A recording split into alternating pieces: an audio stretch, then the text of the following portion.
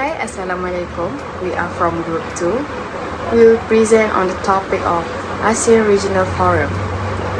The background for this ASEAN Regional Forum is the ASEAN Regional Forum were established in the year of 1994 as a regional security platform of cooperation and dialogue based on discussion in the ASEAN Post-Conference of Ministers between ASEAN Foreign Minister and in full dialogue partner.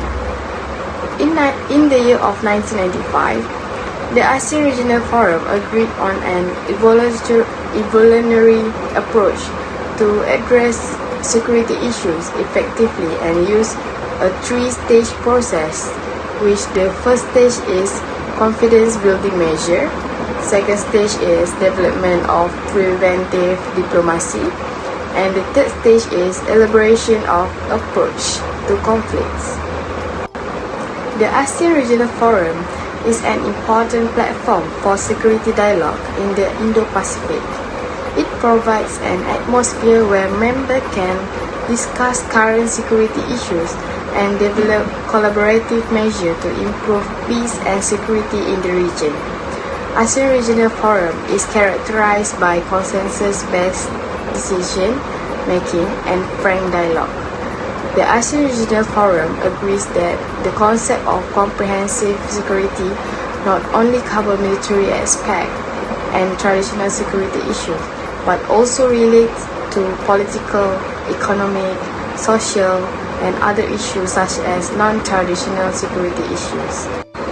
The main objective of ASEAN Regional Forum are to develop constructive dialogue and consultation on political and security issues of mutual interest and concern, and to make a positive contribution in various efforts to deliver confidence building and preventive diplomacy in the Asia-Pacific region. Hi, based on research and observation, there are two major issues that faced by ARF. The two big issues are related to territorial conflicts, counter-terrorism, and HADR. Well, Asia is a region characterized by traditional security challenges such as unresolved territorial disputes and potential security flashpoints. Among the territorial conflicts that occurred are from disputed border claims between Thailand and Cambodia, Myanmar and China, as well as India and Pakistan. Not just that, the issue of claims for Asian countries over the South China Sea is also still unresolved to this day because they are very careful to avoid war in those waters.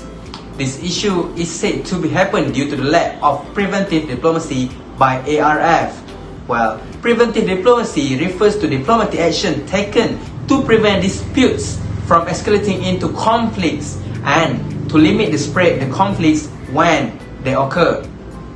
There are other parties who argue that preventive diplomacy in Asia has traditionally been characterized by much talk and little collective action to resolve the conflict, while actually making a positive contribution in various efforts to create confidence building and preventive diplomacy in the Asia-Pacific region is one of the objectives of the establishment of the ARF. The fighting in February 2011 on the Thai-Cambodian border demanded that Asians abstract talks on preventive diplomacy to be implemented, prompting the ARF to take immediate action. Next, the issue of counterterrorism and HADR. ARF has struggled tackling the problem of terrorism in this region. The Bali bombing in 2002 by radical Islamic fundamentalists made Asian leaders realize that terrorism is a serious problem, especially in the West. In addition, discovery of homegrown terrorist network operative from Jemaah Islamiyah in Indonesia, Singapore, and the Philippines reminded Asian states that terrorism is a clear and present threat in Asia. This is said to be happen because the limitation in counter-terrorism cooperation among ARF members. Moreover, the lack of information and intelligence leads to their inability to make operation in search of terrorists and eliminate them from the roots. Lack of interest in working with the United States is also a factor. The ARF is slow to address this issue, while cooperation between them will be the strong bilateral alliance network to fight terrorists. Next, HADR. HADR is Humanitarian Aid Disaster Relief, which is related to post-disaster plan. The tsunami that hit Aceh in 2004 made this matter taken seriously by the ARF. The assistance provided by TCG, the Tsunami Core Group, including Japan, Australia and other countries in dealing with them, in delivered critical aid to the worst hit areas in Indonesia at that time, gave a lesson to ARF to make more complete preparations. This happened due ARF was not able to coordinate operational HADR response. Now, let's continue on the party involved. The ASEAN Regional Forum, ARF, is a forum formed by ASEAN in 1994 as a vehicle for dialogue and consultation on matters related to politics, security in the region, as well as to discuss an equate view between ARF participating countries to minimize threat to regional stability and security. In this connection, ASEAN is the main driver in the ARF. ARF is the only forum at the government level attended by all strong countries in the Asia-Pacific region and other regions such as the United States, People's Republic of China, Japan, Russia and the European Union. ASEAN Regional Forum participant number 27 countries consisting of all ASEAN member countries. These 27 countries will make decisions based on consensus and frank dialogue. The 27 countries are comprised of the 10 ASEAN member states, which are Brunei, Cambodia, Indonesia, Laos, Malaysia, Myanmar, Philippines, Singapore, Thailand and Vietnam. Next 10 countries ASEAN top partners, which are United States, Canada, China, India, Japan, South Korea, Russia, New Zealand and the European Union.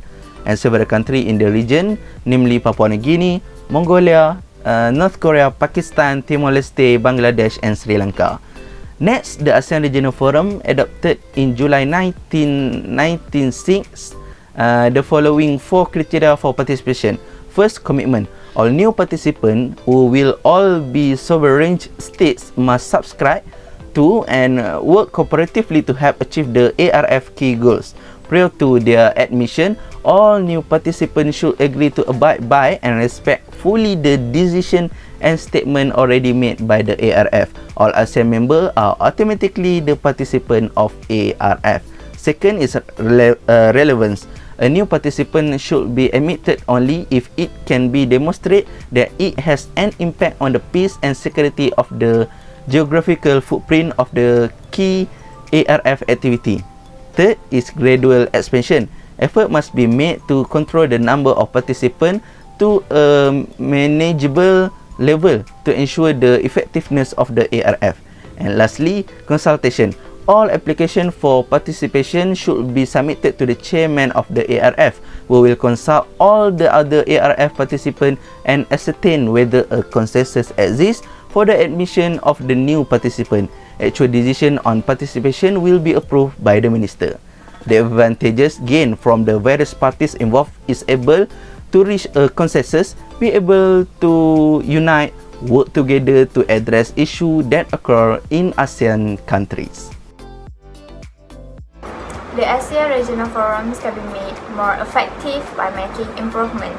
They include widen the ASEAN Forum mandate to involve full security cooperation, start addressing specific tension, disagreement and conflict, and expand connectivity and digital transformation.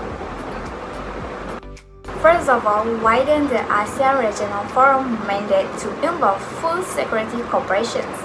If the ASEAN Regional Forum conflict management role is expanded to include collaborations to handle other security risks and issues in the region, it can make a greater contributions to regional peace and security. Thus, the well-organized ASEAN Forum organization offer a fantastic potential to significantly strengthen regional security. For example, the ASEAN Forum Intersectional Support Meeting has been active in a number of key sectors, including maritime security, counter-terrorism and transnational crimes and disaster relief. Next, start addressing specific tensions, disagreements and conflict. The ASEAN Regional Forum might begin by quickly strengthening its institutional capability. The ASEAN Regional Forum unit will need to be extensively improved in order to fulfill the additional role of conflict monitoring as well as provide the required assistance for the ASEAN Forum to carry out its conflict management responsibility, credibility and effectively. For instance, the Inter-Regional Support Group meeting of confidence building measure and preventive diplomacy could be tasked with looking into the region's specific tensions, disagreements and conflict. Last but not least, expand connectivity and digital transformation. ASEAN was quick to point out how supply chains and connectivity interruptions might damage economic recovery. Thus, ASEAN can move forward with regional policy initiatives to assist this trend, including a framework from cross-border payment, a plan to boost smart manufacturing, and 5G ecosystem rules. To sum up, the Asian Regional Forum (ARF) is the first international forum for formal dialogue on peace and security concerns in the Asia-Pacific region. The Association of Southeast Asian Nations (ASEAN) and the states functioning as ASEAN's dialogue partners gather annually at the ministerial level, and the ARF presents a forum for discussion and diplomacy, as well as the formation of cooperative approaches to regional concerns. The issues stated in this video are the inability to progress into preventive diplomacy and lack of coordinated responses to counter terrorism and HADR. It is believed that these problems arise during the forum, and thus, we can see that the representatives of each country are not able to build good cooperation between them. We also include the parties involved in ARF, such as the countries in Asia-Pacific region, Asian member states, Asian top partners, and a few other countries in the region. Moreover, several recommendations are also provided as approaches for ensuring the initiative's implementation and continuation. ARF is such a huge occasion that requires the participation of many countries in the discussion. This means that a higher cooperation and commitment are needed to guarantee that the objectives are achieved, as it will benefit every country involved.